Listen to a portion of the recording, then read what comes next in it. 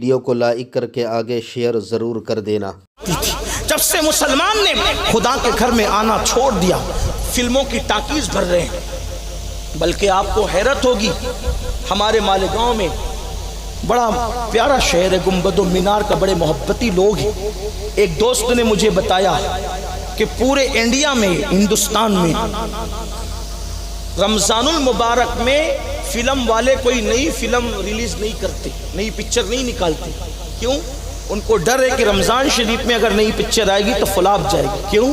کیونکہ جو دیکھنے والے وہی نہیں آئیں گے۔ اس کا مطلب فلمیں کس کے وجہ سے چل رہی ہے؟ تمہاری وجہ سے، تمہاری وجہ سے۔ دوسری قومیں صرف سنڈے کے دن فلم دیکھنے جاتی، ہفتے بھر اگر کوئی فلم کھانا بھرتا ہے تو وہ تم ہو۔ یہ میری قوم ہے جو عشق مصطفیٰ کا دعویٰ کرتی ہے۔ شراب کے اڈے کسی سے چل رہے ہیں تو وہ قوم مسلم ہے، نشے کے اڈے کسی سے چل رہے ہیں وہ قوم مسلم ہے۔ میں آپ پر یوں الزام نہیں دھر رہا ہوں، آپ خود تحقیق کر کے دیکھیں، آپ خود دیکھیں۔ ابھی ماضی قریب میں ایک ریسرچ بلکہ تحقیق کی گئی کہ سب سے زیادہ گندی فلمیں کہاں دیکھی جاتی ہے، تو ابھی 70 سال پہلے، 72 سال، 75 سال پہلے کلمے کے نام پہ جو ملک بنا ہے، وہ ملک میں سب سے زیادہ گندی فلمیں دیکھی جاتی ہے، جس میں 99% مسلمان بستے ہیں۔ سوچو تو صحیح، غور تو کرو۔ میں کوئی گالی نہیں دے رہا ہوں، لیکن گندی فلمیں مسلمان دیکھیں، نشہ مسلمان کرے، بے نمازی مسلمان ہو، پاپ مسلمان کرے، اور اس کے بعد پھر کہتے ہیں ہم پہ ظلم ہو رہا ہے۔ جو قوم خدا کے غضب کو دعوت دے، اس قوم پہ ظلم نہیں ہوگا تو کس پہ ہوگا؟ آپ سے پوچھتا ہوں، یاد رکھنا، اچھی طرح یاد رکھنا، اگر نبی کی اولاد بھی گناہ کرتی ہے، دھیان سے سنو، یہ میرے دل کا درد ہے چرخانی والوں، اگر اولاد پیمبر نبی کی اولاد بھی گناہ کرتی ہے، اللہ اس کو بھی سزا دیتا ہے۔ قرآن اٹھا کے پڑھو، قرآن۔ نبی کی اولاد سے بڑھ کر کسی کا نسب ہو سکتا ہے؟ قرآن اٹھا کر پڑھو۔ جن کے منہ راتوں رات سور اور بندر کی طرح ہو گئے، وہ اصحاب سبت جسے قرآن نے کہا، ہفتے کے دن والے جسے قرآن نے کہا، وہ کون لوگ تھے؟ وہ اولاد پیمبر تھے۔ جس قوم لوط پہ پتھر برسے، وہ نبیوں کی اولاد تھے۔ جس قوم کو ہواؤں کے ذریعے تباہ کر دیا گیا عاد و ثمود، وہ نبیوں کی اولاد تھے، جسے قرآن بنی اسرائیل کہتا ہے، اولاد یعقوب کہتا ہے۔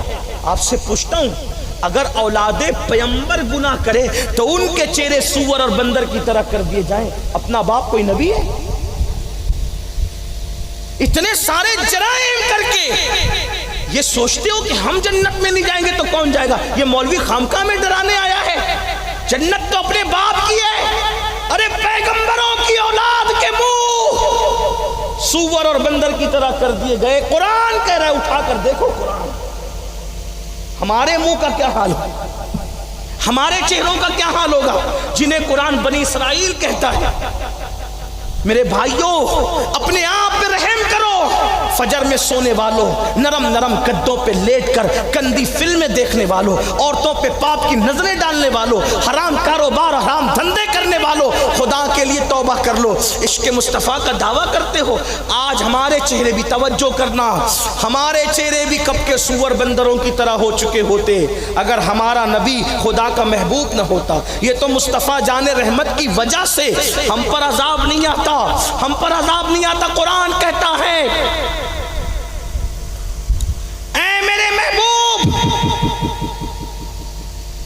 ہم جو ان پر عذاب نہیں کرتے اس کی وجہ یہ ہے، ما کان اللہ لیعذبہم وانت فیہم، ہم ان پر اس لیے عذاب نہیں کرتے کہ تم ان کے درمیان جلوگر ہو۔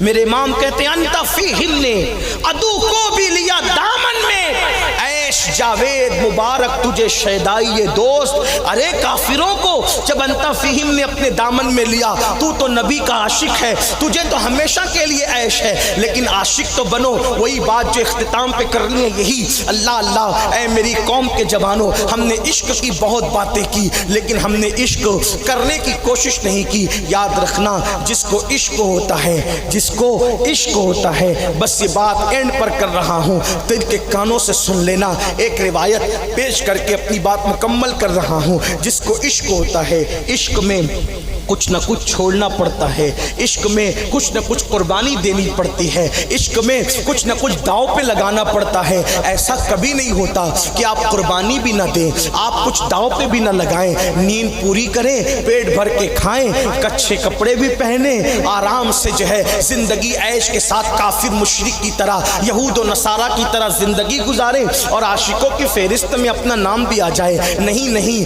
इश्क में कुर्बानी देनी पड़ती है। किस चीज की? जो चीज महबूब की राह में रुकावट बनती है ना, जो चीज महबूब की राह में रुकावट बनती है ना, उस चीज को छोड़ देना पड़ता है। बस इसी पे बात होती है। आइए जरा एक जवान सहाबी का एक वाकया सुन ले, जो वाकई आशिक था। और इश्क वालों को इनाम क्या मिलता है, इश्क वालों को इनाम क्या मिलता है। अगर आशिक बनना चाहते हो, इनाम चाहते हो, तो तवज्जो करो। एक सहाबी है, बल्कि एक जवान है, एक जवान है, उसकी आंखें अचानक मदीने के ताजदार से चार हो गई। हुस्न मुस्तफ़ा देखा, मेरे आका का जमाल देखा, मेरे आका का हुस्न देखा। हुस्न देखकर मेरे सरकार का शैदा हो गया वो जवान। उस जवान का नाम अब्दुल्ला था। अब्दुल्ला मुस्लिम भी उनका नाम लिखा गया है। अब्दुल्ला की आंखें चार हुई, भीड़ इतनी थी, महबूब का जलवा देखा। जलवा देखने के बाद महबूब का कलेमा पढ़ा, ला इलाहा इल्लल्लाह मुहम्मदुर रसूलुल्लाह सल्लल्लाहु अलैहि वसल्लम। और कलेमा पढ़ने के बाद वो जवान जब मुसलमान हो गए, सहाबा की फेरिस्त में दाखिल हो गए, फिर अपने वतन को चले गए।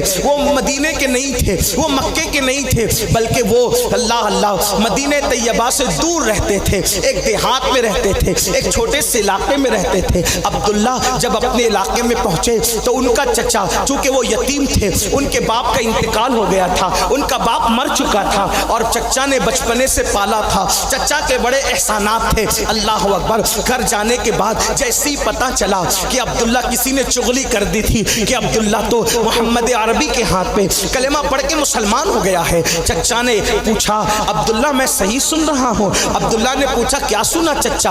अल्लाह अकबर। तो अब्दुल्ला से पूछा चचा ने कि तू मुर्तद हो गया, तू बेदीन हो गया? चचा से अब्दुल्ला ने कहा, क्या मतलब चचा? तो कहा, मैंने सुना है कि तूने मोहम्मद अरबी के हाथ पे कलेमा पढ़ लिया है। अल्लाह अकबर।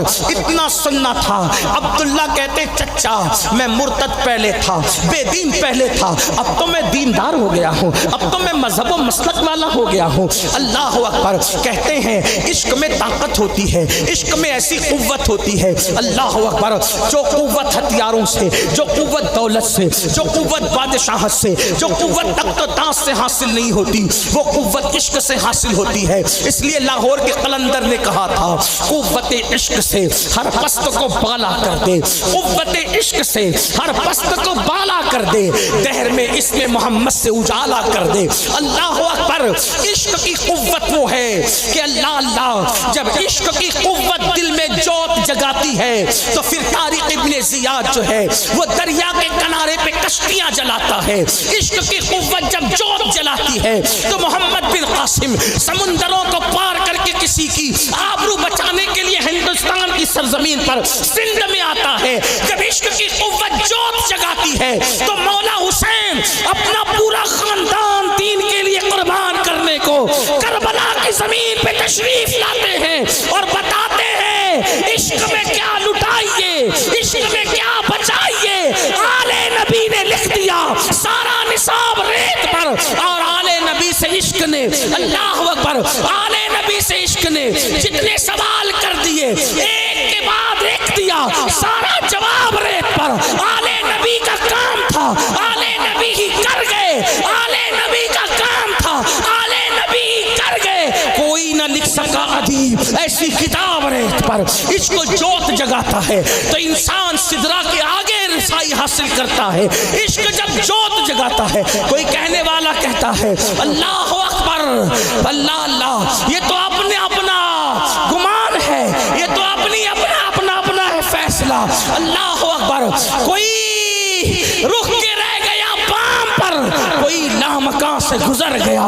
دیوان کانے عشق محمد کو دیکھ کر گھبرا گئی ہے گردش دورہ کبھی کبھی. دیوان کانے عشق محمد کو دیکھ کر گھبرا گئی ہے گردش دورہ کبھی کبھی. گردن میں ہاتھ ڈالے ہیں ماہوں